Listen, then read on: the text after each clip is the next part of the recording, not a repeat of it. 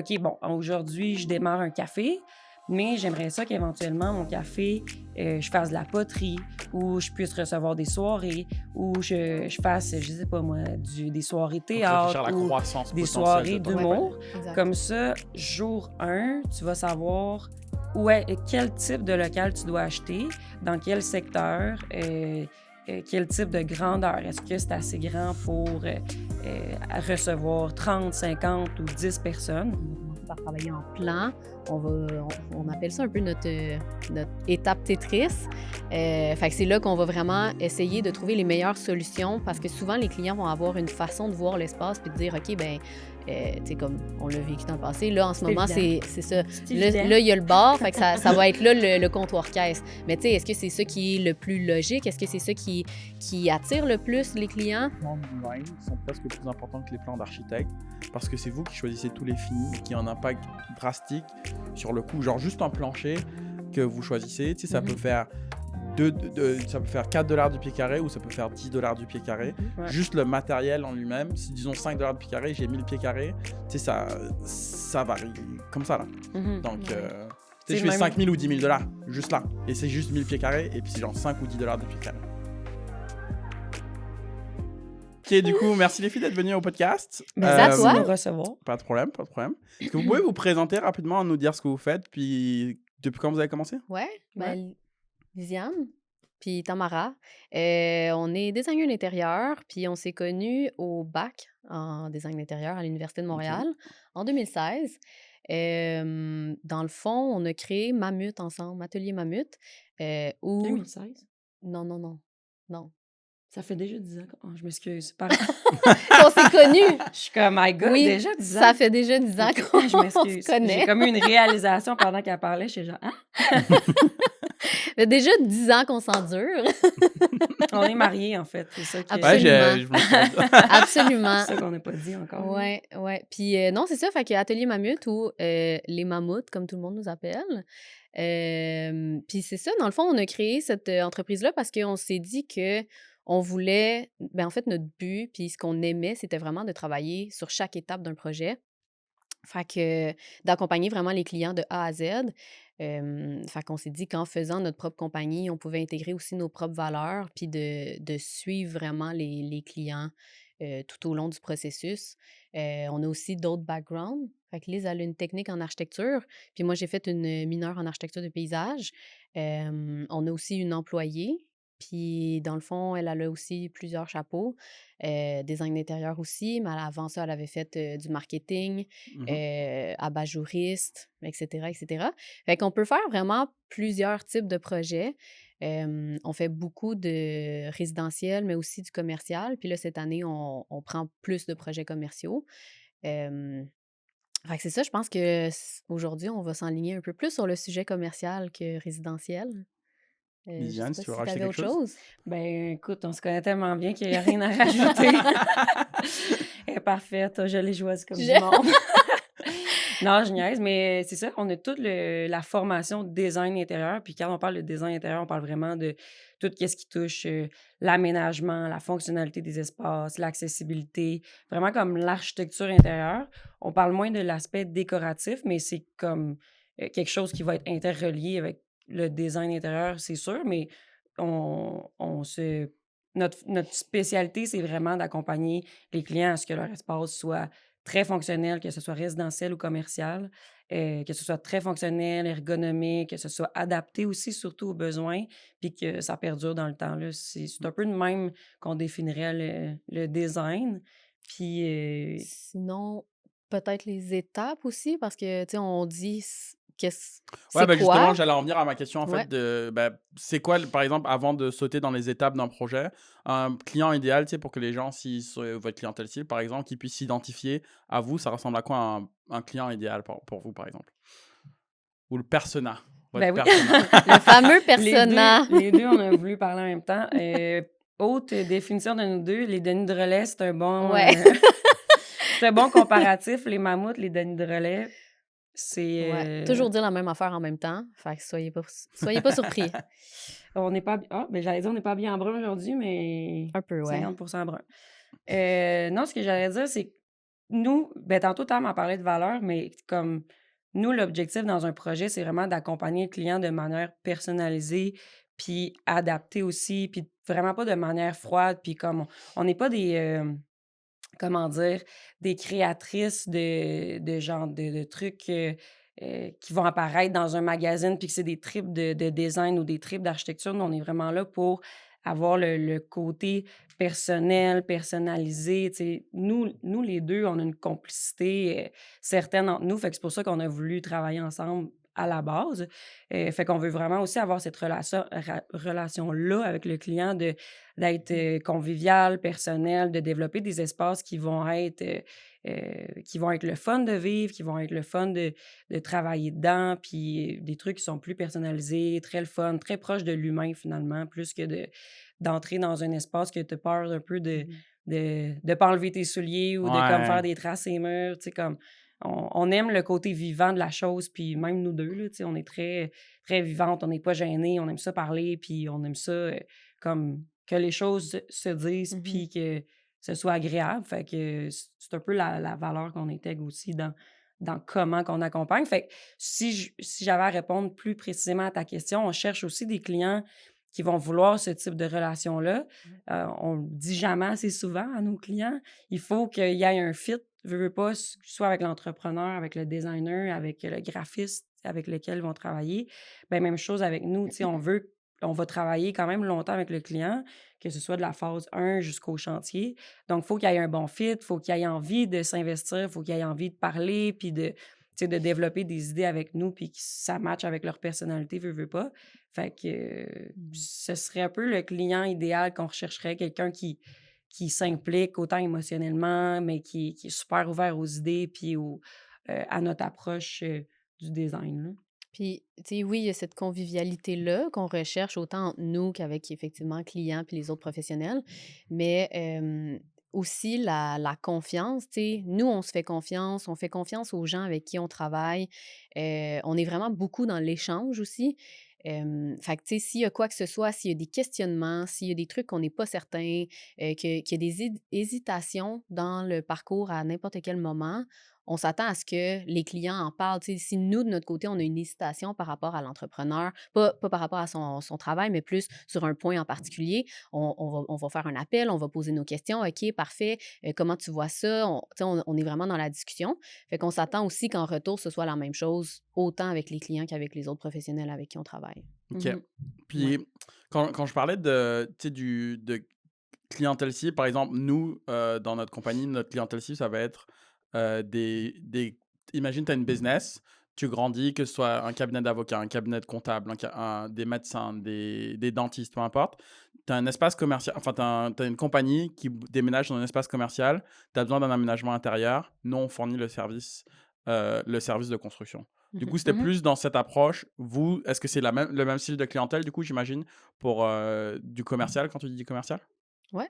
Ouais, ben dans le fond, un peu toute cette clientèle-là, donc quand ils s partent, Mhm. soit, ils ont besoin d'ouvrir un nouveau bureau ou, déjà en partant une nouvelle entreprise carrément. Mhm. Fait que oui, autant, comme tu dis, bureau d'avocat, médecin, ça peut être une clinique vétérinaire, restaurant, bar, tu sais, un peu tout ça qui est englobé vers ce qu'on a de besoin, c'est, créer un nouvel espace, soit pour travailler ou pour accueillir d'autres clients. Donc, OK. c'est Mhm. vraiment, très Puis varié. puis l'objectif, c'est aussi, tu sais, même nous, on s'est partis en entreprise, puis on s'est accompagnés, ben on s'est entouré de monde qui Ouais. allait nous aider. Fait que c'est un peu la même chose pour quelqu'un qui va partir à un restaurant. Il sait pas comment trouver le local qu'il a besoin. Tu sais, il doit vraiment s'entourer des professionnels, que ce soit un architecte, un bon entrepreneur qui va savoir le guider, un designer, parce que nous, on est spécialisés dans notre domaine. Donc, on va rechercher à aider les clients qui veulent, ben, soit qui on aimerait ça que ce soit toutes des petites ou mini entreprises qu'on accompagne, mais ça peut être des moyennes, ou plus grosses entreprises qui ont déjà des pieds à terre, mais vraiment pour les prendre en charge au niveau du design puis les guider. Voici les étapes A à Z que tu dois faire pour que tu ailles trouver le bon local. Fait que si on avait un persona à définir pour le commercial, ça serait petite, moyenne entreprise ou entreprise déjà en place qui veulent soit rénover leurs espaces, les améliorer la fonctionnalité. Euh, fait Ouvrir une deuxième. ouvrir une Une deuxième deuxième franchise. OK. Euh, OK.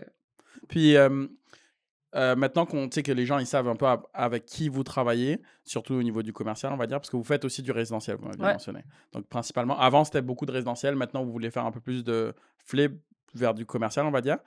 Euh, Maintenant, est-ce que tu pourrais, on en a parlé déjà un peu des étapes du processus, est-ce que vous pourriez un peu nous décrire, si je suis votre client cible, supposons je suis un cabinet d'avocats, on grandit, on cherche Ouais. un nouvel espace, j'arrive vous voir, ça ressemble à quoi les étapes grosso modo de je vous contacte jusqu'à ce que j'ai un projet livré puis je suis prêt à emménager? Mhm. Ben, je pense. Je pense, avant même de nous contacter, il y a les étapes à faire avant qui peuvent Ouais, toujours être un gros plus. Euh, dont ce qu'on parlait tantôt, un peu le côté plus marketing, d'arriver déjà avec une image de marque si jamais c'est une nouvelle entreprise.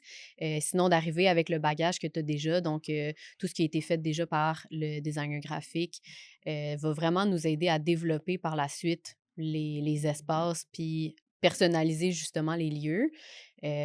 Après ça, ben, c'est sûr, si jamais il y a des plans, si jamais, tu sais, il y a déjà comme une préétude de fait aussi. Donc, là, on va prendre par exemple un restaurant qui prend possession d'un local. Ben, c'était quoi avant? Est-ce que ça reste dans la même branche ou s'il y a un changement d'usage? Parce qu'avant même de commencer avec nous, il va falloir effectivement s'entourer des bonnes personnes pour commencer un projet. Parce que oui, il y a nous en tant que designer d'intérieur, mais après ça, on travaille en collaboration avec des architectes, des ingénieurs, selon ce qui va être nécessaire. Fait que c'est ça. Je peux peut-être te laisser avec les autres Ouais, étapes. ben, tu sais, mettons, avant, quand tu pars une entreprise, le plan d'affaires, il va être important aussi au niveau du design parce que nous, dans notre approche, on va vouloir que, tu sais, souvent, tu vas avoir un bail de 5, 7, 10 ans. Fait que si toi, en tant qu'entrepreneur, tu n'as pas réfléchi où est-ce que tu veux enligner ton entreprise, euh, ben c'est sûr que possiblement que on va falloir revoir des affaires, il va falloir revoir des aménagements. Donc, dans l'idéal, c'est de se projeter un peu en tant qu'entrepreneur, de savoir, OK, bon, aujourd'hui, je démarre un café, mais j'aimerais ça qu'éventuellement, mon café, je fasse de la poterie ou je puisse recevoir des soirées ou je fasse, je sais pas moi, des soirées donc réfléchir théâtre à la ou croissance des potentielle de soirées ta Ouais, compagnie. d'humour. exact. Comme ça, jour 1, tu vas savoir où est, quel type de local tu dois acheter, dans quel secteur, quel type de grandeur. Est-ce que c'est assez grand pour recevoir 30, 50 ou 10 personnes? Fait que déjà d'avoir une projection à moyen, long terme de ton entreprise, c'est déjà comme un bon point à avoir en arrivant avec nous. Ouais, parce que souvent, les gens, ils ont cette idée-là derrière la tête, mais ils nous en parlent pas. Puis là, ou ils en parlent pas non plus aux gens avec qui ils travaillent avant. Mais peut-être que le local qu'ils ont choisi le permet même pas d'avoir, exemple, 70 personnes Mais ou du coup, tu dis les gens avec qui ils travaillent avant, ça pourrait être un courtier immobilier ouais, qui leur trouve l'espace. exact. Puis est-ce que, parce que les courtiers immobiliers, souvent, ils vont trouver une liste d'espaces, Ouais, on fait une short list. ouais. Est-ce que vous pouvez arriver au niveau de, tu sais, quand ils ont 3 espaces, arriver puis les aider à choisir en fonction du Ouais. layout et les conseiller à Ouais, ce on peut niveau-là? faire des études de pré-achat ou pré-location. OK. Euh, Ça l'englobe encore tout l'aspect, la liste de besoins. Mais la liste mhm. de besoins inclut tellement de choses, dont les équipements. Autant les équipements, tu sais, je vais donner un exemple. On a fait une étude de préachat pour un studio de pilates dans le temps. Mais OK, mais elle avait des reformers. Donc, un reformer, ça prend quand même de l'espace. Puis, il faut que tu te dises, il faut que le monde puisse circuler. Donc là, si j'ai mes reformers, puis je veux viser des classes de 15 ou 20 personnes, bien déjà là, ça te donne un espace minimal à avoir. Après ça, bon, là, il y avait l'aspect boutique dans le truc. Fait que là, OK, il faut inclure une boutique, il faut inclure un espace caisse, il faut inclure un vestiaire pour les employés, une douche pour les employés. Fait que là, la liste de besoins, elle se détaille, mais plus on détaille, plus on a besoin d'espace. Donc, nous, ce qu'on va faire, c'est qu'on va prendre chaque, euh, chaque bloc de besoins. Puis on va définir, OK, pour ça, on a besoin de minimalement 800 pieds carrés. Pour un espace boutique que tu recherches pour mettre X, Y, Z, on a besoin de 200 pieds carrés. Fait que c'est ça qui va vraiment nous définir un peu plan de blocage d'un local idéal, c'est la liste de besoins initiale, puis de comment le client s'est projeté dans son entreprise. Même s'il veut pas démarrer une boutique nécessairement jour 1 dans son studio de pilates, ben, peut-être que dans 2 ans, il va se dire: «Ben, j'aimerais ça avoir un étalage», mais si tu as pas de l'espace, ben, tu sais, là, tu Ça es marchera un pas. peu pris avec ton local, puis là, soit il faut que tu le rénoves, soit il faut que tu l'adaptes, soit il faut que tu changes de local carrément, là. Il y en a qui déménagent parce que finalement, ben, tu Ça a sais pris plus d'ampleur que ce qu'ils avaient prévu et ils c'est n'avaient pas ça. planifié en conséquence pour Exact. Fait que OK. le plan d'affaires va découler de la liste de besoins, va découler de l'espace que tu as besoin, va découler de là, ben Mais aussi, je pense, ça fait partie d'une des étapes importantes que nous, on apporte, en fait, dans le processus. C'est vraiment le questionnement du client. C'est pas pour remettre en question tout ce qui est déjà préétabli, mais c'est juste d'essayer de l'amener ailleurs puis de dire, OK, parfait, là, tu me dis, mettons, tu as besoin d'une toilette. Tu as besoin d'un vestiaire, mais effectivement, est-ce que tu as pensé à la douche? Tu sais, peut-être qu'il y a des gens qui vont venir faire leur cours avant d'aller travailler. Il n'y a pas nécessairement des douches au travail. Ils vont pouvoir se doucher. Tu sais, c'est comme Mmh. d'essayer de l'amener ailleurs puis de savoir est-ce que c'est une nécessité selon toi? Parce qu'en même temps, tu sais, c'est pas nous qui a Genre, c'est ta cet business, du endroit-là, coup, c'est ça. c'est toi qui as certaines insights que moi, Exact. j'aurais pas nécessairement en tant que Exact. designer. Mais on les aborde, les sujets, pour le forcer à penser. Puis des fois, ben, en fait, la majorité du temps, c'est «Ah, c'est vrai, j'avais pas pensé à ça» ou «Ah, c'est vrai, peut-être que ce serait plus pertinent d'en avoir 3 plutôt que 2» ou tu sais, penser à la circulation. La Mais circulation, donc, en c'est vrai, ce tellement, serait presque aussi important de contacter un interior designer presque en même temps que son courtier, un peu après son ouais. courtier. ouais. Comme ça, vous pouvez faire une étape de prise de besoin Mmh. pour déterminer, OK, c'est quoi leurs besoins actuellement, Ouais, c'est quoi leurs besoins dans 5 ans, c'est quoi leurs besoins dans 10 ans, parce qu'ils vont signer un bail de 5, 7, 10 ans. Exact. Donc, il faut quand même qu'ils aillent vous voir ouais, relativement tôt pour que vous puissiez établir cette liste de besoins et planifier en conséquence. Exact. exactement. Puis, tu sais, tantôt, tu donnais l'exemple d'un bureau d'avocat, mais c'est exactement la même chose. Tu sais, mettons qu'en ce moment, ils sont 10 employés, puis qu'eux veulent changer d'espace, OK, ou pour 10 employés, mais si tu changes d'espace, peut-être qu'éventuellement, tu veux grandir, tu vas avoir une place pour un adjoint, tu vas avoir une salle de rencontre. Fait que déjà, d'avoir eu cette discussion-là, puis de redéfinir la liste de besoins, puis d'un peu se sortir des évidences de comme ah, ben, tu sais, c'est sûr qu'on a besoin de ça. C'est sûr qu'on a besoin d'une grande table de conférence. Mais, tu sais, nous, on a aussi le input de comment est-ce que les espaces évoluent, comment est-ce que le design évolue, le besoin des usagers aussi évolue au fil du temps. Puis les mentalités changent vraiment aussi au niveau du design, puis des besoins, puis de comment le monde a besoin de travailler. Tu sais, on le voit beaucoup aujourd'hui, les typologies de bureaux changent. Le monde ne veut plus Les travailler. typologies de bureaux. Ben, tu sais, mettons, avant, on travaillait entre 2 parois, Ah, de OK. feutre, à son bureau, puis tu étais tout le Ouais. temps assis à la même place. Mais là, aujourd'hui, on va voir vraiment plus des espaces Attends, mais coworking, avant des espaces flexibles, Avant ça, il y a aussi eu le changement de les grands espaces ouverts, tout le monde travaille ensemble. Puis là, ils ont vu que ça aussi avait son lot de problèmes.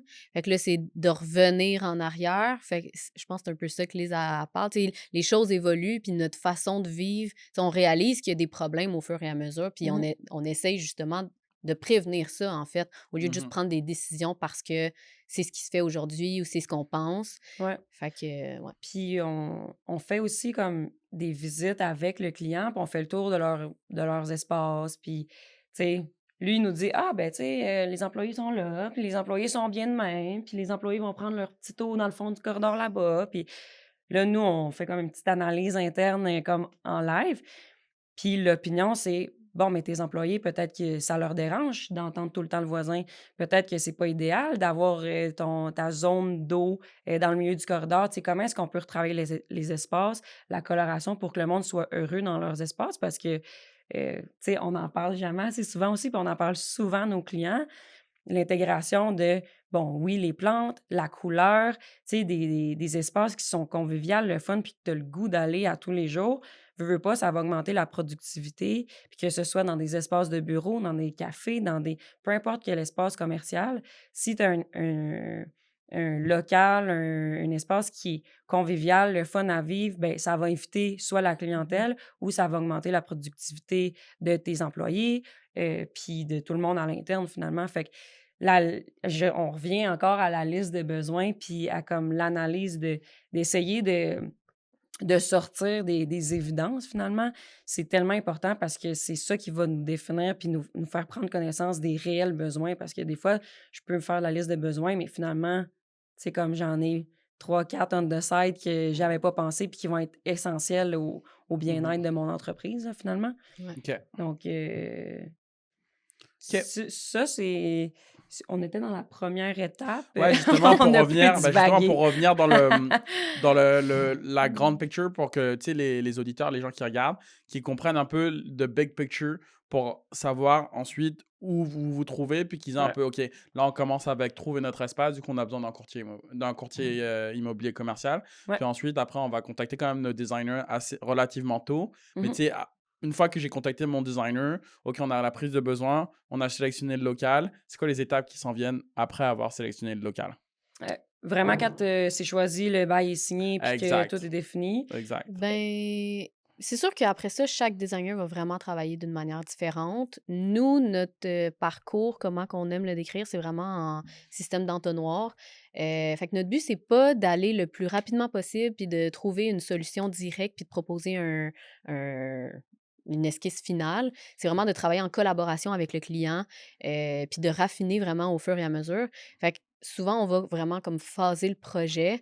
Donc, on va commencer par travailler en plan. On appelle ça un peu notre étape Tetris. Fait que c'est là qu'on va vraiment essayer de trouver les meilleures solutions parce que souvent, les clients vont avoir une façon de voir l'espace puis de dire, OK, ben, tu sais, comme on l'a vécu dans le passé, là, en ce C'est moment, évident. c'est ça. C'est Là, évident. là, il y a le bar, fait que ça va être là le comptoir caisse. Mais tu sais, est-ce que c'est ça qui est le plus logique? Est-ce que c'est ça qui attire le plus les clients? Ou il y aurait une autre solution carrément Donc, en gros, c'est mieux. votre job, c'est aussi de garder un open mind Exact, pour penser à d'autres solutions qui exact. sembleraient pas nécessairement évidentes au client parce que lui, il a son habitude à venir. C'est ça. Puis Mhm. dans sa tête, ça marche comme ça, puis that's it, that's all. Ouais, C'est exact. ça. Puis, tu sais, tantôt, quand je disais sortir des patterns, ben, on fait pas de marketing pour le client, puis on le laisse, tu sais, vivre avec son étude de marché, puis son développement marketing.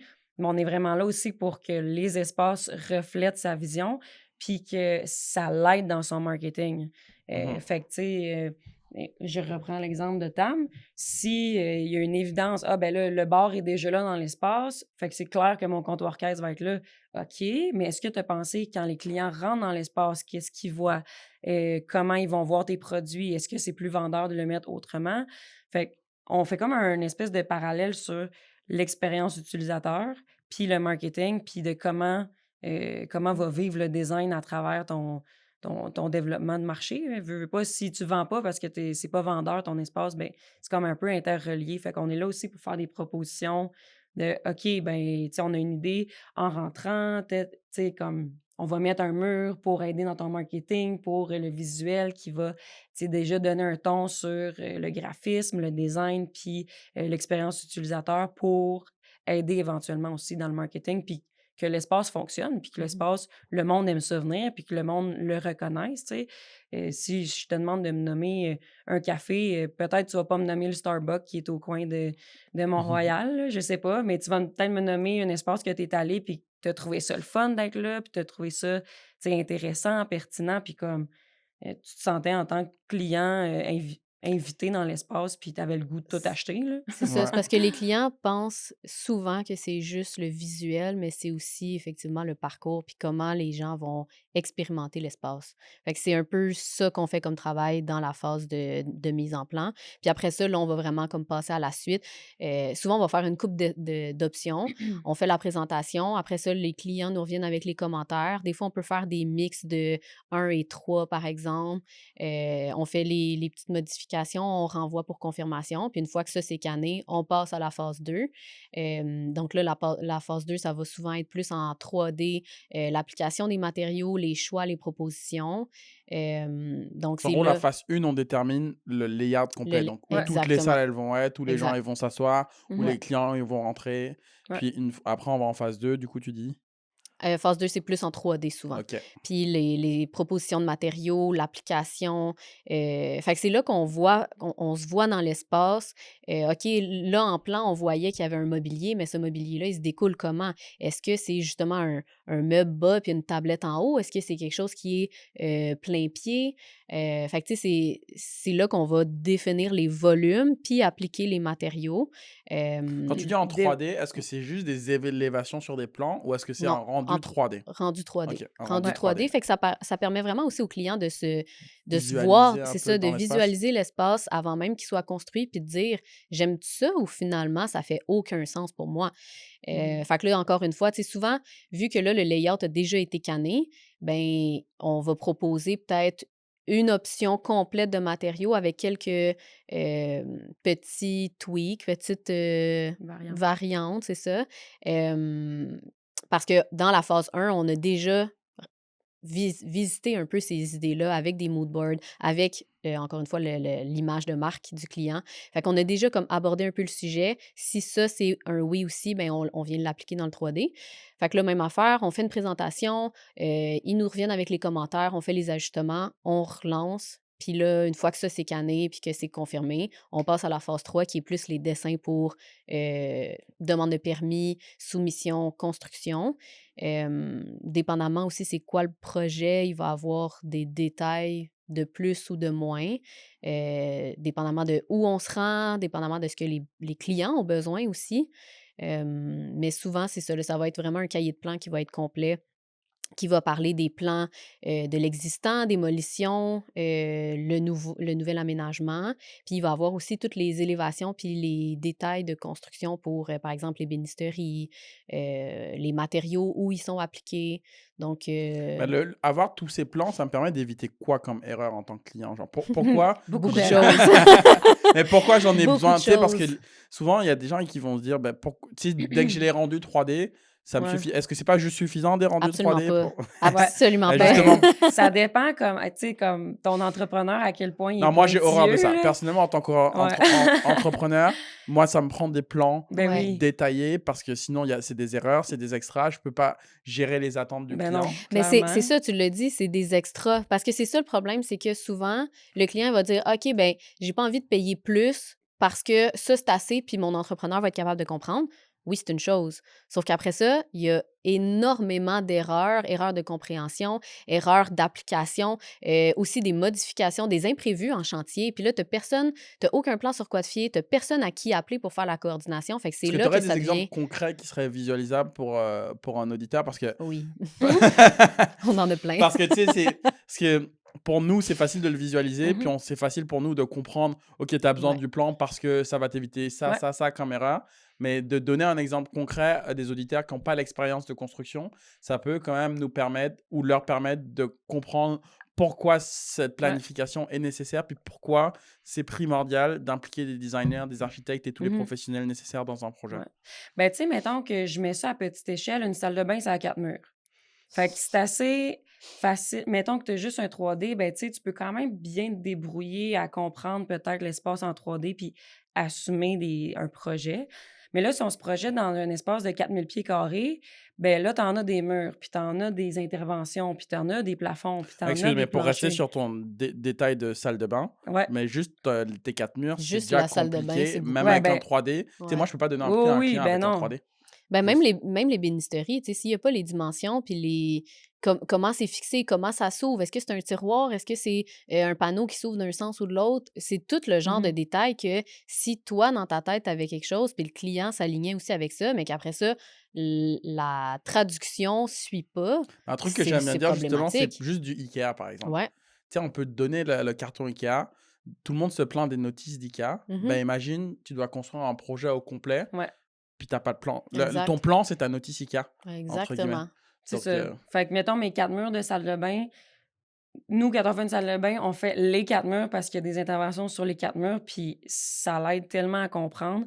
Fait que, exemple, qu'on se projette dans un projet de 4000 pieds carrés, comme je disais, il va en avoir des murs, il va en avoir des plafonds, il va en avoir des hauteurs de plafonds Puis différentes, 4000 des pieds carrés, t'es interventions. déjà à 800 000, 1 million de dollars dans du commercial. Hein. Mhm. Ben, c'est ça. Puis ça Fait monte vite, les erreurs, dans que, ce temps-là, là. Puis, tu sais, même pour la salle de bain, c'est que là, on parle du mobilier, on parle, mais il y a toute l'application des matériaux, où ta tuile, elle commence, ton joint arrive où, après ça, comment le mobilier vient se joindre avec l'éclairage, la plomberie. Fait que là, si tu as un professionnel qui est rentré, mettons l'électricité, ben là, l'électricité est déjà faite. Puis là, ben, tu viens mettre ton mobilier, puis là, ah, on vient de se rendre compte que finalement, ben, il est à moitié par-dessus ton encastré. Ça fait aucun sens. Mais si tu avais eu des plans, ça l'aurait Mhm. pas, tu sais, ce Ça genre serait pas arrivé d'erreur-là en serait chantier. pas arrivé. Mais Exactement. c'est ça l'affaire, c'est parce que, tu sais, à la seconde, mettons que toi puis moi, on se parle, puis que pour toi, c'est clair, puis pour moi, c'est clair, je t'ai donné les indications, tu es capable de réaliser.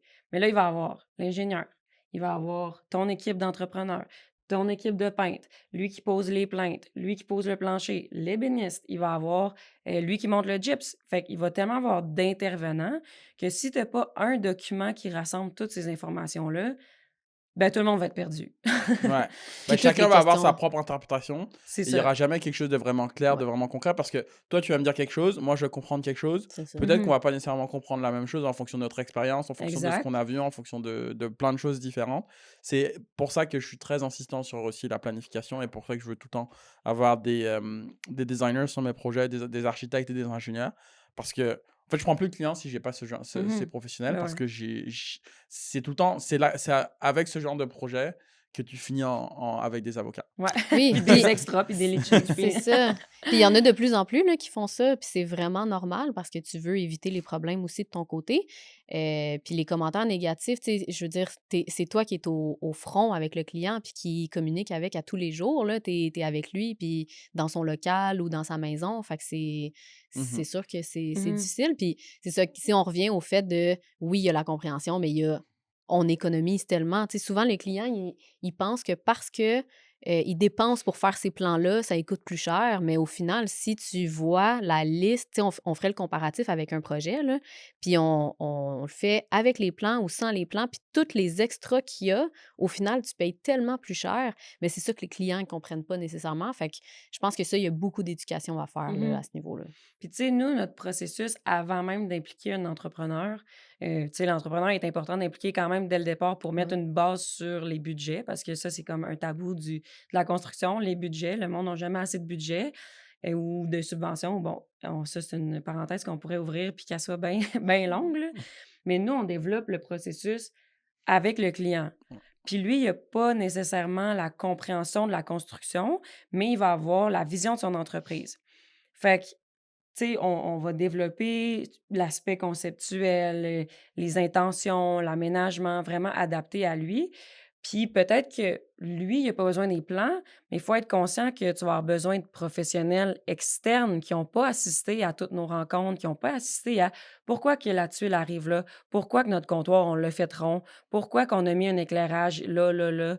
Fait que, tu sais, toutes ces décisions-là qu'on a prises en amont, ils ont des raisons bien souvent, puis il y a eu des back and forth.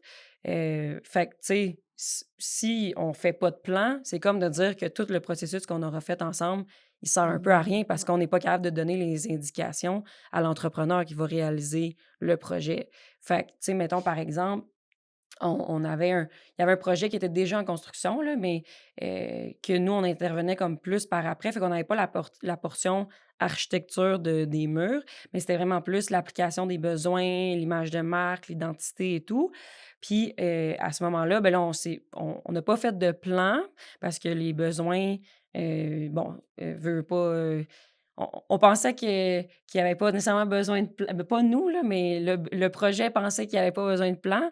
Mais au final, c'était beaucoup d'interventions de couleurs, murales, d'intégration de textures, d'ambiance. Fait qu'à partir du moment qu'il y a plus que 2 pièces, ça devient compliqué. Puis en plus de ça, ben là, il faut que tu dises à ton équipe: «OK, bon, ben cette pièce-là, elle va être peinte de telle façon, avec telle forme, tel motif». Fait que là, tu sais, si tu as pas de document, un document qui est clair pour remettre à tout le monde, ben là, tout le monde est perdu. Puis là, tu te rends compte que tu fais un peu, la poule pas de tête dans tes espaces pour Puis essayer de gérer toute l'équipe au de final, tu de te retrouves à réalisation. payer ton entrepreneur plus pour de la Oui, gestion Ouais. exact. qu'il n'aurait pas nécessairement eu besoin de faire parce que c'est Exact. écrit dans un plan, Puis il n'y a pas de. Tu sais, par exemple, si tu as ton bordereau de porte dans le plan, moi, j'ai pas besoin d'aller parler à mon sous-traitant de porte et lui dire il me faut telle porte, Ouais. gauche-droite, il me faut telle penture, il me faut telle poignée, il me faut telle âme pleine, pas pleine. Tu sais, j'ai pas besoin de lui transférer de cette information, j'envoie. Ça me prend littéralement pour commander des portes. Si j'ai le bordereau de porte, ça me prend, je l'envoie le plan. Puis Mhm. j'ai mon prix. Si Ouais. j'ai pas le plan, là, il faut que moi j'aille sur le. Enfin, si j'ai pas le bordereau, il faut que moi j'aille sur les plans, que j'aille lui dire ok, il faut le 30 minutes que ça me prend, dépendamment de la taille du projet, le 30 minutes que ça me prend, moi, il faut que je facture à quelqu'un. Ouais. Tu sais, puis le facture le 125 $ à 30 minutes de Mhm. l'heure, tu sais, ça te fait genre 70 $ de l'heure. Tu sais, Mhm. c'est 70 $ pour ton 30 minutes, là, t'as pas envie de le payer non Ouais. plus, 70 Ben, c'est dollars. ça, c'est que ce cahier de plan-là, il est pas juste pour Il est la pas construction. négligeable. Non, puis c'est vraiment pour l'ensemble du projet. C'est pour tes commandes, tes soumissions. Tu sais, là, tu parles de ce point-là, mais c'est aussi pour le calcul, mettons, des tuiles, par exemple. On parlait de la salle de bain tantôt. Dépendamment du design que tu as fait, tous les murs que tu vas avoir, c'est bien beau de dire, OK, la pièce a fait tant par temps, on va estimer à peu près tant de pieds carrés. Mais après ça, tu montes ça sur les murs, tu fais tous les raccoins, tu as la niche, tu as telle affaire. C'est sûr qu'il y a quelque chose qui est oublié. Puis là, tu as fait ta commande, puis là, le moindrement que là, je sais pas moi, un back order, bien là, ça fait des délais en chantier. Puis là, ben, il faut que tu repousses tous tes autres J'ai professionnels. Ça a l'air perdu niaiseux, mais 2 c'est. semaines d'ouverture d'une clinique parce Oui. que on a commandé. On savait pas exactement la quantité de tuiles qu'il y avait Mhm. parce que les plans, ils ont pas pu être finis, parce qu'on n'avait pas payé pour finir les plans. Ça. Et du coup, j'ai dû faire du back and forth avec le client. Ça a pris une semaine pour que j'ai ma réponse exacte pour savoir, OK, on veut tant de tuiles. Mais là, le temps de tuiles, je l'ai commandé une semaine plus tard que ce que j'avais prévu. Là, ça venait du Portugal. Eux, ils avaient des vacances de je sais pas combien de temps, que ça m'a pris Ouais. 2 semaines de vacances de plus. Mais eux, le temps qu'ils reviennent et tout, ça s'envoie pas tout de suite. Donc, ma tuile qui était supposée arriver en 5 semaines, elle a pris genre 12 semaines. Bon. J'ai pas de Fait misère à te que, croire. mais tu sais, si on se projette à une autre échelle de professionnels, on va jamais remettre en question pourquoi un architecte fait des plans de construction, mais ce qui est très tabou en design, c'est qu'on dirait qu'on peut questionner tous les processus puis dire ça j'ai besoin de ça, ça j'ai besoin de ça. Mais tu sais, on va jamais aller dire au dentiste ah j'ai pas besoin de mon traitement de canal, ah j'ai pas besoin de mon plombage, c'est correct, tu sais, je vais vivre sans puis j'aurai pas de conséquences. Ben, c'est la même chose. Si l'architecte doit produire des plans détaillés de vie pour donner les indications aux professionnels, nous, en design, c'est exactement la même chose. Les plans sont non négligeables pour la réussite d'un projet, pour éviter les extras, puis pour prévoir un budget Ah, qui est réaliste puis qui répond à tout le processus qu'on va avoir fait en amont de design puis de conception. Personnellement, moi, je vois au niveau, en tout cas au niveau du contrôle du budget, pour moi, les plans de design sont presque plus importants que les plans d'architecte parce que c'est vous qui choisissez tous les finis qui ont un impact drastique sur le coût. Genre juste un plancher que vous choisissez, tu sais, ça peut Mhm. faire ça peut faire 4 $ du pied carré ou ça peut faire 10 $ du pied carré. Mhm. Ouais. Juste le matériel en lui-même, si disons 5 $ du pied carré, j'ai 1000 pieds carrés, tu sais, ça varie comme ça là. Mhm. Donc, Oui. tu sais, Tu sais, je fais même 5000 ou 10 000 $ juste là. Et c'est juste 1000 pieds carrés et puis c'est genre 5 ou 10 $ du pied carré. Mhm. Mais même faire, ça a l'air niaiseux, là, mais faire un mur courbe, ça va peut-être te prendre 2 heures de plus que de faire un coin droit, là. Fait que Exact. si c'est pas spécifié nulle part, c'est sûr que si, mettons, l'entrepreneur a fait son budget au plus basic, puis que là, il a pas considéré qu'il y avait une courbe dans le design, ben ça sera pas calculé puis ça va être un extra. Fait que si jour 1, c'est clair qu'il y a des courbes, il y a ci, il y a ça, mais après ça aussi, ça protège un peu, tu sais, pas je vais pas mettre, je vais pas faire l'avocat du diable avec les entrepreneurs, mais ça protège aussi le client sur qu'est-ce qu'il a envisagé puis qu'est-ce qu'il a besoin dans l'espace. S'il y a des plans clairs, puis qu'il a fait soumissionner avec des plans, ben tu pourras jamais te faire dire ouais, mais ça, c'était pas prévu parce que c'était sur C'était un plan. écrit. Exact. Si tu pas de plan, sur quoi tu te bases? Ouais, mais dans le 3D que le designer m'a envoyé le 8 septembre 2024, il y avait une courbe. OK, mais est-ce qu'ils ont préparé des plans? Fait que c'est pour ça que les plans sont non négligeables, essentiels. On va jamais le dire assez. C'est un document qui va te backer contre un entrepreneur, contre des litiges, contre des extras, contre tout, là, finalement. Là. C'est ton dictionnaire. Ouais, Puis, non, mais je suis ça te 100% back d'accord. toi, mais ça l'aide le professionnel aussi à se diriger. Ça S'il fait fait juste. son Non, mais la estimation sur un quantité d'argent qui est 3D, sauvée sur. Tu sais, 5 000 $ investis de plus dans des plans, ça peut sauver probablement 50 000, 100 000 dollars sur un chantier, dépendamment de Mhm. l'envergure de ton chantier. Ouais. Parce que tu as des extras qui arrivent que tu te rends même pas compte parce que t'as pas pris le temps de planifier ou le designer, il a pas eu le temps de finir ses plans parce que tu avais une limite de budget. Sauf que si ton budget est serré, c'est là que c'est le plus important d'investir dans les plans Mhm. parce que ça va t'enlever ce headache de te dire, OK, j'ai déjà le budget serré, mais je suis pas sûr exactement de ce que je fais. Mhm. Ouais, Donc là, et puis tu peux pas comparer des soumissions non plus d'entrepreneurs ouais. parce que chaque entrepreneur va faire ses propres suppositions. Ben oui. Par exemple, moi, si le plan n'est pas fini, je vais estimer, OK, cette toilette, je vais prendre 300 dollars de budget pour cette toilette. Je vais prendre telle qualité de comptoir, je vais prendre telle qualité de plancher. Puis, tu sais, si moi, j'estime 5 dollars du pied carré du plancher, puis l'autre, il estime, comme je disais, 10 dollars du pied carré de plancher, tu as 2000 pieds carrés, on a déjà 10 000 dollars d'écart Ouais. juste dans notre soumission Ouais. à cause d'un choix de plancher. Puis, Mhm. tu sais, juste le style de plancher aussi, moi, ça peut me coûter moins cher de l'installer. Du coup, je sauve aussi de l'argent là. Du coup, moi, en tant qu'entrepreneur, je peux gagner cette soumission. Mais le client, si c'était pas ce plancher qu'il va vouloir, ben, l'autre gars qui avait planifié le plancher que le client aurait peut-être voulu, Mhm. ben, il a perdu un contrat. Mhm. Et le client, au final, il n'est pas content parce que ça lui coûte plus cher Ouais. C'est ça. anyways. Après ça, il y a aussi une différence entre, mettons, faire des soumissions finales versus comme en milieu de projet, juste pour donner une idée, tu sais, parce que ça arrive souvent que les clients, ils savent pas nécessairement dans quoi ils se lancent, puis ils n'ont pas un budget fixe de prévu, puis là, ben, OK, on fait on crée un design, on développe un environnement pour lui, mais après ça, souvent, on va y proposer, puis recommander même de faire des demandes de soumission avant même qu'on se lance dans le cahier de plan final, juste pour donner une idée. Est-ce que ça fait du sens en ce moment? Qu'est-ce que tu en penses de telle solution? Qu'est-ce qu'on coupe? C'est ça. Est-ce qu'il y a des choses qu'on va prioriser ou pas? Est-ce qu'on va changer les matériaux justement pour essayer de diminuer les coûts avant même de faire les plans finaux? Fait que là, une fois que tu as fait ces soumissions-là, ça fait du sens, ça fait pas de sens, qu'est-ce qu'on coupe, qu'est-ce qu'on modifie? Puis après ça, là, on fait les plans finaux, puis là, on redemande un prix en conséquence de ces plans-là, en conséquence des finis qui ont été choisis. Puis, tu sais, ça fait juste comme, on dirait, donner un pouls avant même Mhm. d'avoir seté la table, Ben tu sais. justement, je suis en train de travailler sur ça parce que j'ai souvent ce problème de. C'est la poule ou l'œuf, là. Tu sais, de Mhm. savoir, OK.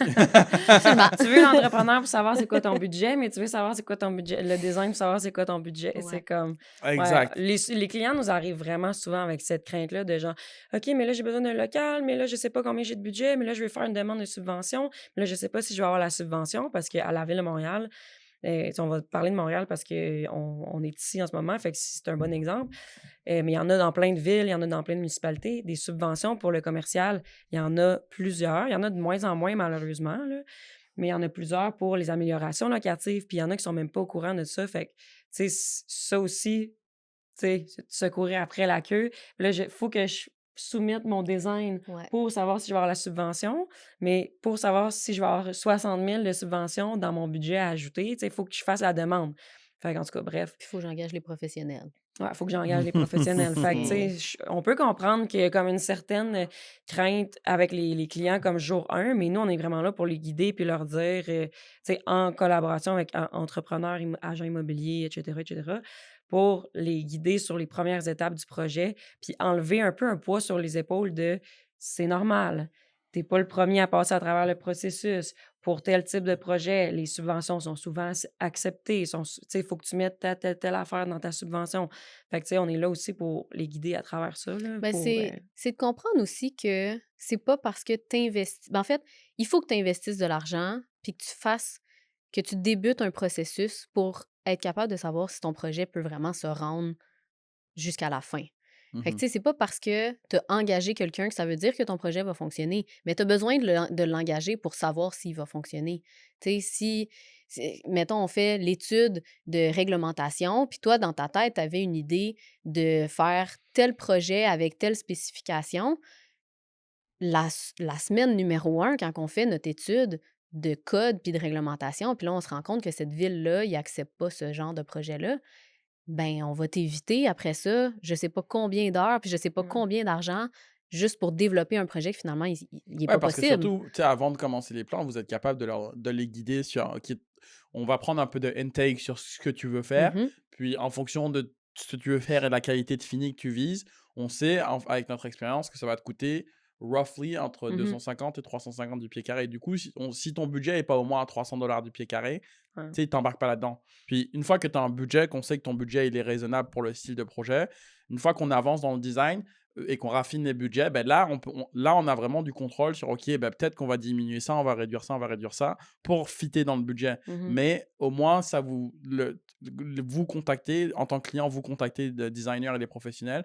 Ça leur permet de s'établir un budget préliminaire pour savoir, OK, est-ce que mon budget a de l'allure pour ce que j'ai dans ma tête en fonction. Du coup, c'est un peu ça aussi que j'aime dire aux clients. Va voir des professionnels, même un entrepreneur, tu sais, qui est spécialisé dans ce que tu veux faire. Et comme ça, il pourra te guider, OK, peut-être ça fait pas de sens ton budget en fonction de ce que tu me décris. Tu sais, mettons, on reparle de l'étude de pré-achat, là, mais on a fait une étude de pré-achat avec des clientes, sont arrivées avec le local, confiantes, c'est ça qu'on fait. OK, mais là, t'as-tu pensé? C'est un vieux bâtiment, les murs sont pas isolés. Ça va prendre un architecte parce qu'il y a un changement d'usage. Ah, OK, il y a un changement d'usage, OK, mais est-ce que les issues sont conformes? Est-ce que ton budget est adapté à remettre les issues conformes?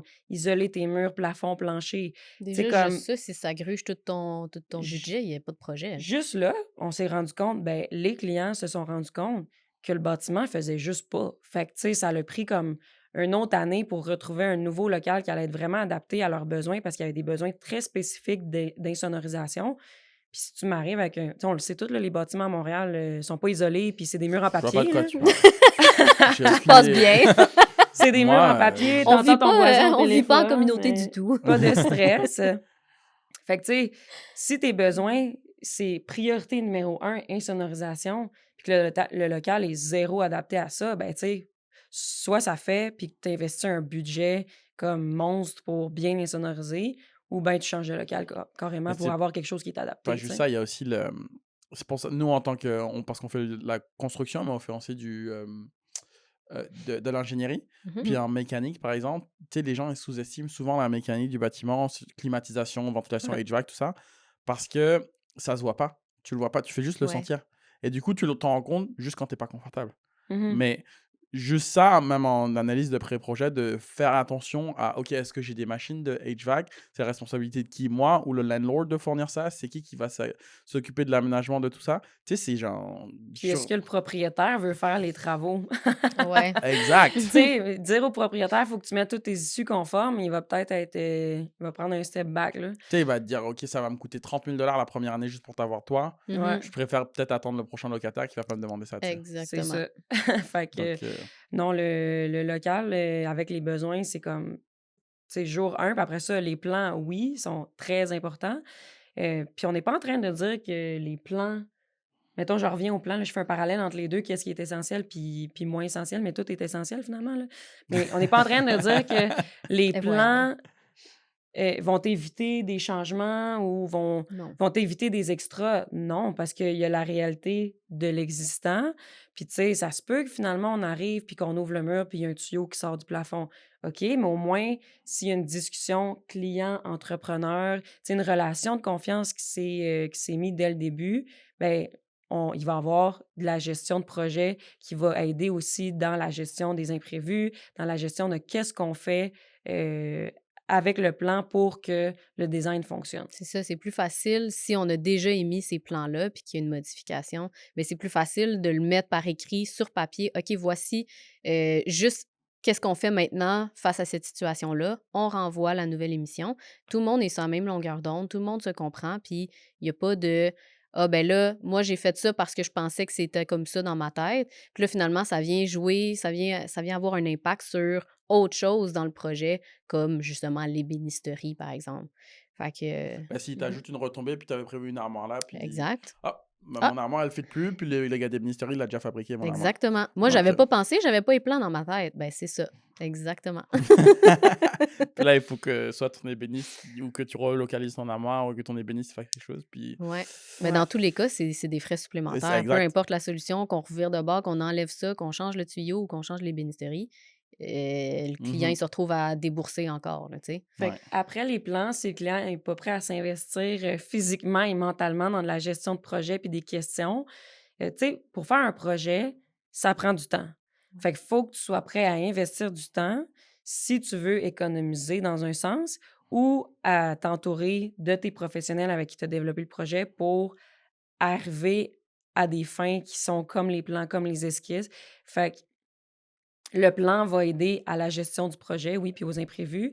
Mais après ça, en tant que client qui développe son entreprise, tu sais, faut que tu sois prêt à t'investir ou de t'entourer de tes designers pour t'aider dans la gestion du projet. Parce que la gestion de projet, tu sais, comme tout ce qu'on vient de parler, c'est à peu près 50 d'un projet parce qu'après ça, le chantier, gestion de projet, tu sais, tout ce qui est relié, c'est vraiment quasiment 50 du projet aussi parce que ça a une grande importance dans la réussite du projet. Puis si tu n'es pas prêt à investir du temps, il faut que quelqu'un le fasse pour toi, puis quelqu'un qui répond à l'entrepreneur, quelqu'un qui répond au changement, quelqu'un qui fait les mises à jour de plan, quelqu'un qui ajuste les commandes, quelqu'un qui... Ça, c'est nous. Ou les architectes, ou bon, peu importe qui tu vas décider d'engager pour faire ta gestion de projet. Mhm. Mhm. Exact. Le monde change, les modes de vie changent, puis les tabous autant en design que dans tu sais, le day-to-day de qui est-ce qu'on est en tant que société. On va en parler de plus en plus, puis le code du bâtiment va en parler de plus en plus, mais l'inclusivité, l'accessibilité dans les espaces commerciaux, c'est primordial de le considérer parce que oui, peut-être toi, tu décides de te partir un gym de CrossFit, puis c'est juste du monde fort, tes clients. Mais qui est-ce qui accompagne ces clients-là dans l'espace? Est-ce qu'ils vont avoir des enfants qui vont venir des fois les accompagner? Est-ce que des fois, ils vont avoir leurs copines ou leurs conjoints Ben, ou leur père, leur mère qui, eux, sont en situation de handicap ou juste, ou à juste quelqu'un mobilité réduite? qui est en chaise roulante qui va en faire aussi. Tu Ouais. sais, un Lève-toi et n'empêche pas marche. l'autre. Lève-toi et marche. Lève-toi et marche, pas de bras, pas de chocolat. Blague à part. Mais non, mais tu sais, on dirait qu'on les considère pas, ce monde-là, mais même les communautés LGBTQ, tu sais, comme comment ils se sentent dans un espace, dans les toilettes, dans l'accessibilité, dans l'espace. Est-ce que c'est juste développé pour les femmes, les hommes, les personnes qui ont 2 jambes puis 2 bras puis that's it, ou on a vraiment, tu sais, tout le monde se sent bien dans l'espace, tout le monde se sent invité puis tout le monde se sent inclus. C'est sûr que des fois, tu sais, mettons, on joue avec des conditions de bâtiment, des vieux bâtiments dans le temps qui étaient tout petits, qui n'ont pas d'accessibilité à l'entrée. Mais comment est-ce qu'on peut faire des modifications? Comment est-ce qu'on peut ajuster ça? Comment est-ce qu'on peut rendre l'espace inclusif? Puis, comme je disais, le code du bâtiment en parle de plus en plus. L'accessibilité, comment est-ce qu'une personne à mobilité réduite, puis tu sais, mobilité réduite, là, C'est pas c'est juste pas en chaise nécessairement la roulante. grosse chaise roulante, là. Mobilité réduite, ça peut être des béquilles, ça peut être la vision, ça peut être l'audition, ça peut Et toi, être t'es réglé une... bientôt, là. Moi, je Oui. suis réglée. Non, jeudi. Je suis plus aveugle, c'est réglé, ça. Tu sais, comme une marchette, ça peut être n'importe quoi. Ça peut être une personne avec son chien qui l'accompagne. Ça prend plus de place que juste une personne qui est sur ses 2 jambes, mais ça prend pas un handicap majeur pour, tu sais, comme mal accéder à un espace. Tu sais, on en voit beaucoup des petites épiceries ou des petits cafés que tu es là de même pour essayer d'accéder à la caisse, OK? Mais, tu sais, mettons, moi, j'ai de la misère. Imagine quelqu'un qui a Que quoi que une c'est ça. condition ou qui voit mal ou qui est pas capable de se diriger dans l'espace ou quelle condition que ce soit. Fait que, tu sais, dans le thinking de la liste de besoins, c'est qui mon usager, mais qui est-ce qui va les accompagner surtout? Puis c'est qui le grand public à qui je vais avoir affaire aujourd'hui, demain, dans 2 ans, dans 10 ans? Tu sais, le mode de vie change. Fait qu'il faut penser à ça jour 1, l'accessibilité. Si j'ai juste une toilette, mais que juste les petites personnes qui peuvent y accéder, ben tu sais, peut-être que c'est pas adapté, puis qu'il faut réfléchir à ça, puis prévoir dans le budget, un espace de toilette qui est adapté ou qui ait plusieurs espaces de toilette pour répondre à un plus grand type de clientèle.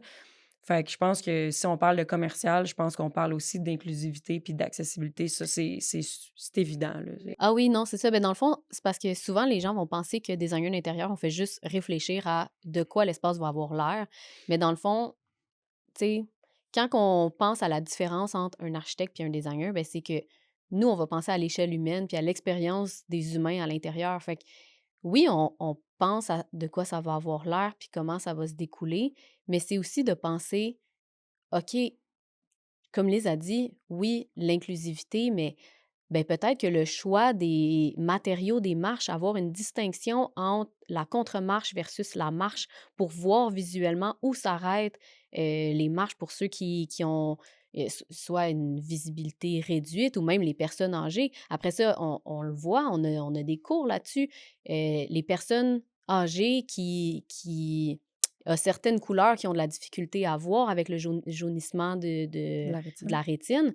Fait que c'est tout ce genre de détails-là que monsieur, madame, tout le monde pense pas nécessairement ou a pas les connaissances non plus que nous, on a, puis qu'on va penser justement, puis dire, OK, ben ces choix-là, on les fait pas parce que pas juste parce que c'est beau, mais aussi parce que il y a l'intention derrière d'inclusivité, puis de penser à comment les gens vont bouger à travers cet espace-là, puis comment ils vont se sentir, puis est-ce qu'il va y avoir ce stress-là de, ben je vois rien finalement, ou je peux pas bouger entre les 2 comptoirs. Fait que c'est Mhm. vraiment ça, c'est de penser plus loin dans l'expérience humaine.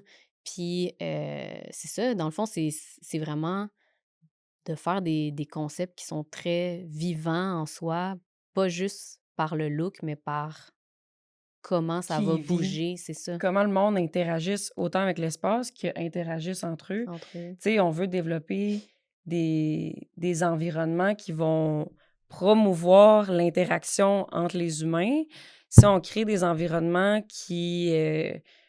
que le monde n'a pas le goût de socialiser, tu sais, dans quelle société on est pour créer des environnements que tout le monde va avoir le goût d'être devant leur téléphone. Fait que de créer des environnements de partage, des environnements où, tu sais, je vais avoir le goût d'interagir avec la personne qui est à côté de moi, d'interagir avec le caissier, d'interagir avec le monde qui attend en file d'attente avec moi. Fait que, tu sais, c'est ça le design. On s'est déjà fait dire, ah, ben là, moi, je pensais que, tu sais, vous alliez rendre l'espace feng shui, là. On était comme, OK, mais, C'est beaucoup plus loin que ça. mais à part de ça, est-ce que vous avez pensé à comment vous travaillez dans l'espace? Tu Mais du sais, coup, quand vous travaillez avec des compagnies du commercial, vous faites des entrevues aussi avec leurs employés pour comprendre Ouais, l'espace et leurs besoins, parce que peut-être que le Ouais. client en soi, il a une idée, Mmh. mais ouais, que ça reflète pas la réalité de ce que les exact. employés y pensent. Ben, c'est ça. Nous, on aime bien poser des questions directement aux gens aussi, parce qu'encore une fois, on trouve que tout se parle beaucoup mieux de vive voix, mais les clients qui vont être, mettons, les boss, vont aussi pouvoir faire des questionnaires, puis tu sais, ça peut vraiment être anonyme aussi, mais c'est de poser les bonnes questions, puis de savoir, tu sais, OK, peut-être que toi, dans ta tête, tu penses que tout est bien dans ton entreprise, puis il n'y a pas de problème, mais c'est juste parce que mais ton employé, il va pas te le dire que telle affaire, c'est pas adapté pour lui ou que ça fait aucun sens ou que ça l'énerve à tous les jours d'aller jusqu'au fond là-bas pour aller chercher ou aller remplir sa bouteille d'eau, justement. Fait que, tu sais, c'est de permettre aux employés de dire leurs commentaires pour te faire réfléchir puis pour nous aider aussi dans Mhm. l'amélioration des espaces. Puis nous, de faire cette première rencontre-là avec le client, mais avec ses employés aussi, tu sais, je l'ai dit un peu tantôt, mais ça nous permet vraiment d'avoir la vision puis de voir les lacunes, Mhm. puis de voir des choses qu'eux, ils voient même pas, là. Tu sais, ils sont habitués d'avoir la fontaine d'eau, là, puis comme that's it, ça mais ils se posent pas la question de: «OK, mais peut-être que mes employés vont là parce qu'ils ont besoin d'un break mental. Peut-être que mes employés interagissent de même avec l'espace parce qu'il y a un problème avec l'espace». Fait qu'on fait cette première visite-là, on analyse les comportements, on analyse ce que le client nous dit, la liste de besoins en parallèle, puis après ça, on fait les constats, comme un peu un rapport d'ingénierie ou un rapport de si ta maison est bien ventilée. Bien, nous, on regarde si tes espaces sont bien aménagés, s'ils sont fonctionnels, puis sont adaptés à tes employés, puis à vos fonctions, là. Mhm. Il y a beaucoup de monde qui vont changer de bureau parce que parce que c'était déjà un bureau. OK, mais est-ce que c'est adapté à vous, à votre réalité? Est-ce que vous recevez des clients au bureau? Est-ce que vous faites des soirées? Est-ce que vous faites des activités extra bureau? Est-ce que, tu sais, comme, même si un bureau égale un bureau, ça veut pas dire que les C'est deux la bonne doivent affaire. répondre aux mêmes besoins, tu sais. Fait que, fait que oui, on fait une espèce de rapport de voici notre constatation de ce que tu nous dis puis ce qu'on a remarqué dans l'espace. Puis ça nous guide vraiment après ça à faire des propositions qui sont justes. Puis souvent, c'est comme hey, my God, j'avais même pas remarqué que telle personne allait dans le gym pour parler au téléphone.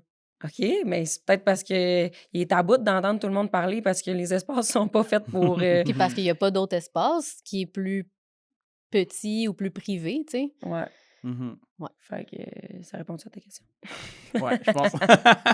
Puis sinon, ben, peut-être un autre point qu'on pourrait apporter aussi qui est plus niveau personnel, tu sais, Mammut, ben, comme on disait tantôt, chaque designer a vraiment ses manières de faire, chaque professionnel, tous les architectes, à tes souhaits, Merci.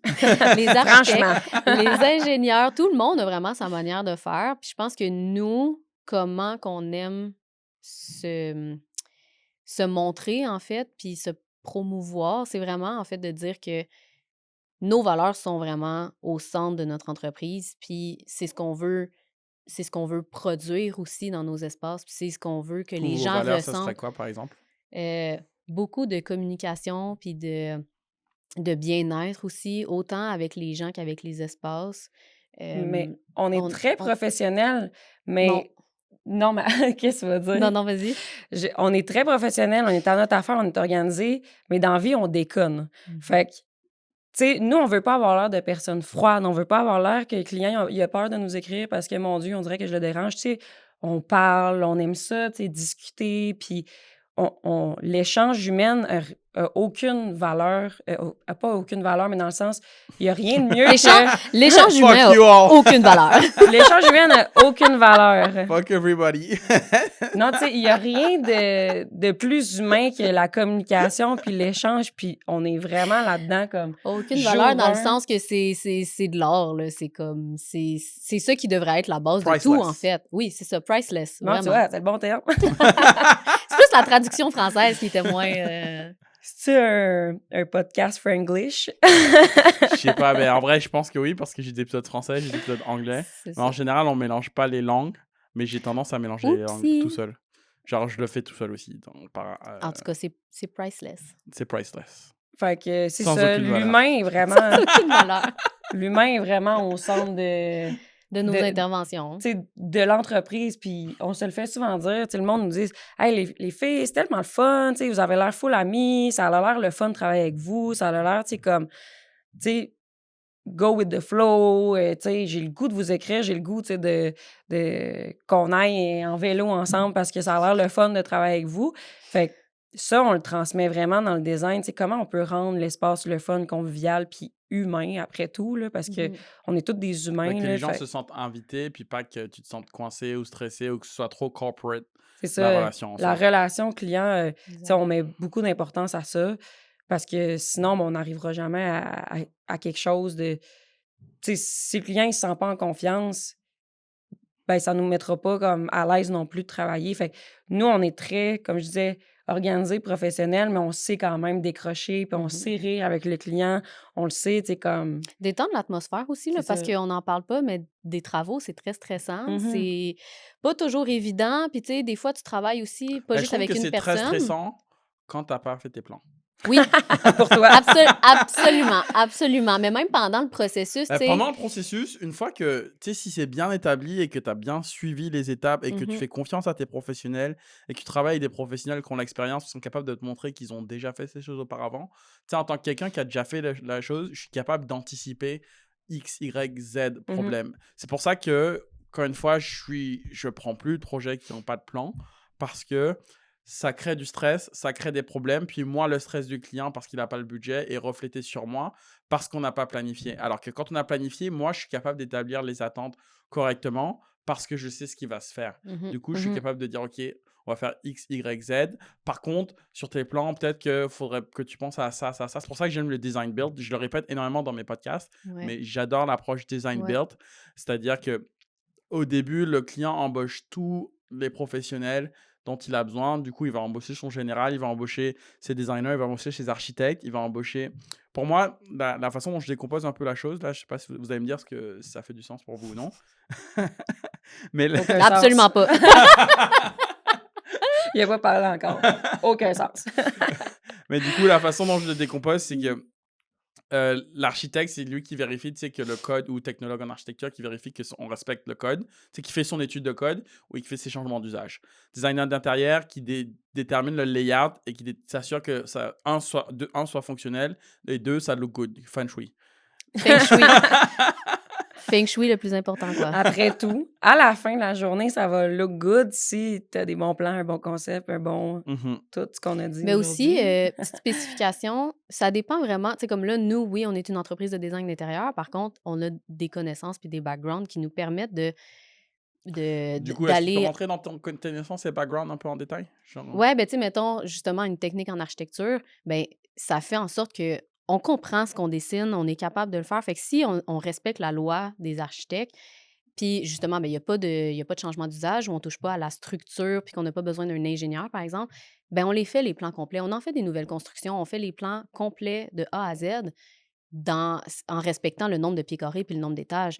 Fait Mhm. que c'est juste, encore une fois, ça dépend des connaissances puis du background. Fait qu'il y en a qui se sentent pas à l'aise de le faire, mais nous, on le fait, tu sais. Fait que c'est vraiment d'approcher, en fait, les professionnels puis de demander, OK, toi, qu'est-ce que tu peux faire puis qu'est-ce que tu peux pas faire? Puis après ça, d'engager les autres en conséquence aussi. Mhm. Choisir ton équipe, là, c'est vraiment super important. Souvent, les clients vont se sentir vraiment confiance quand ils voient que, tu sais, on a une connaissance sur le bâtiment puis comment il fonctionne. Mhm. Tu sais, des fois, ils n'ont même pas pensé à l'aspect ventilation, mais je suis pas en train de dire que, mettons, je suis ingénieur en mécanique, mais dans tout le parcours d'architecture, c'est quelque chose qu'on considère la mécanique, la structure, l'enveloppe, les façades de rayonnement, tu sais, tout, tout ce qui touche le bâtiment, qu'il soit résidentiel ou commercial. Fait que ça met vraiment en confiance d'avoir une équipe, même si, exemple, on travaille avec un architecte, ben déjà de savoir que ton designer, il connaît le Cette bâtiment dans compréhension-là. lequel il construit son design, ben je trouve que ça met un peu plus en confiance, puis on le voit quand les clients, on fait des rencontres avec eux, puis que là, on leur parle du bâtiment, ils sont comme ah, ben, OK, let's go. Tu sais, comme vous connaissez ça, puis ça met vraiment un pas de confiance dans les connaissances. Puis Fait pas que juste, pas juste avec les clients, avec les professionnels avec qui on travaille, là, on se le fait dire régulièrement, tu sais, que c'est le fun d'avoir ces connaissances-là. Mais c'est ça, on dirait que les gens ont tellement la vision de ah, OK, une designer, ça ressemble un peu à une décoratrice. Fait que ça fait du feng shui. ça fait ça met mon espace beau. Mais c'est ça, c'est tellement pas juste ça. Fait que c'est ça, c'est de l'éducation, Et même c'est moi, je l'ai de. appris en commençant, parce que moi, j'ai commencé ma compagnie sans expérience, tu sais. Ouais. Puis j'ai eu de la chance d'avoir eu des premiers clients qui m'ont fait confiance. Puis d'avoir mon ami ChatGPT qui m'a beaucoup aidé sur le long du processus. Ouais, des Notre fois, il best faut le mettre de friend. côté, mais des fois, il sert. Mais j'ai eu cette chance aussi, parce qu'en vrai, si ChatGPT n'était pas sorti quand il est sorti, moi, il est sorti pile timing quand je me lançais. Donc ça m'a énormément aidé. Mhm. Puis tout ça pour dire que j'ai appris, tu sais, le long de mon processus, que, OK, pourquoi j'ai besoin des plans. En fait, pourquoi je suis si insistant sur les plans, c'est parce que j'ai appris pourquoi j'en ai besoin, parce que Ouais. ça m'a Mhm. coûté excessivement cher de ne pas en avoir. Ouais. Donc, Ah, je pensais que tu allais dire d'abonnement ChatGPT pour réaliser ça. non, de ne pas avoir de plan, tu sais, les erreurs qui ont été commises. Puis, tu sais, quand tu es jeune entrepreneur, tu n'oses pas nécessairement dire, OK, ben ça va être un extra. Du coup, toi, tu le prends sur ton dos, sauf que ta Mhm. marge de profit, elle fait C'est ça. gone right away. Ouais. Donc, puis tu te rends pas compte nécessairement de, OK, ben c'est un extra parce que tu te dis, oui, non, mais j'ai dit au client ce prix-là, du coup, tu n'oses pas trop. Mais maintenant, tu sais, maintenant, je sais que chacun a sa responsabilité. Il faut que tu fasses des plans. Puis, je peux pas commencer à payer pour tout le monde. Puis, Non, c'est Ouais. ça. puis c'est parce que sinon, je fais faillite demain. Puis, that's it, tu sais. Donc, Exact. Ben oui. donc, c'est un peu ça. Mais du coup, pour conclure, est-ce que vous pouvez repasser sur le style de client avec lesquels vous travaillez, puis où les gens ils peuvent vous trouver aussi? Ouais, ben, style de client, une petite, une mini, une moyenne entreprise Tu veux du feng shui? qui veut pas de feng shui, mais qui veut des espaces fonctionnels puis funky.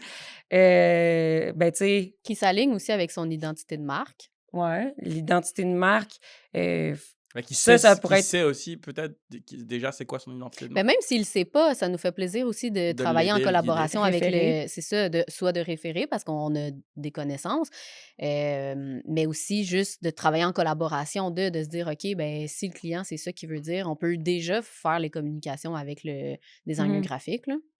Ouais. Fait que petite, mini, moyenne entreprise qui se développe, qui se part un commerce ou même un bureau qui veut changer d'endroit, Ou améliorer. améliorer leurs espaces, puis qui sont comme, ouais, il me semble que les dernières rénos, c'est en 88 que ça a eu lieu. Ça paraît. Ben, c'est exactement ce genre de client-là qu'on va rechercher pour le mettre ben, pas au goût du jour, mais au mode de vie du jour, puis vraiment l'aider dans la fonctionnalité parce que Mhm. oui, on est jeune, mais justement, on a une vision qui est peut-être plus adaptée au marché du travail actuel. Fait qu'on a une bonne connaissance pour les assister dans qu'est-ce qu'ils ont besoin, puis comment est-ce que le monde vive, puis le monde travaille aujourd'hui, puis comment est-ce que le monde interagisse aujourd'hui, veut pas. Donc, ce serait ça les clients. Où est-ce qu'on peut nous trouver? Ici. Le next On- Chromebook Ben podcast. sinon, on a notre site web, on est sur les réseaux sociaux aussi, Facebook, Instagram. OK, dans la description. Ouais, puis c'est sûr qu'on poste un peu plus sur Instagram, Facebook au day-to-day puis les projets. Par contre, si on veut vraiment voir l'ensemble des projets sur notre site web, tout va être là. Ouais, sinon, on peut nous voir Mont-Royal Clark, peut-être dans un petit café. Clark, Mont-Royal. On est sur Ouais, on est Clark. sur Clark, Ah, Mont-Royal. du coup, tu dis la rue Charles-Quentin en premier? Oui. Ah, damn, je découvre des trucs. Ah, damn! On est sur Clark, à l'intersection Mont-Royal. Puis on accueille les clients au bureau, puis on aime ça, tu sais, avoir une rencontre conviviale, assis à la table de rencontre, voir les matériaux. Puis les clients, ils aiment full ça. Ça a l'air niaiseux, là. Mais les clients, ils aiment full ça, toucher aux matériaux, puis voir en vrai les choses, plus qu'à l'ordi. Ben, c'est aussi On à l'ordi, revient à la couleur, elle l'interaction. varie et Ah, tout. ben oui, Tu sais, t'as ben un oui. écran en fonction de Ouais. comment ton écran est paramétré. Ben, Ben, juste nous deux, nos deux écrans, nos deux téléphones, les quatre, il n'y a rien de pareil, absolument rien.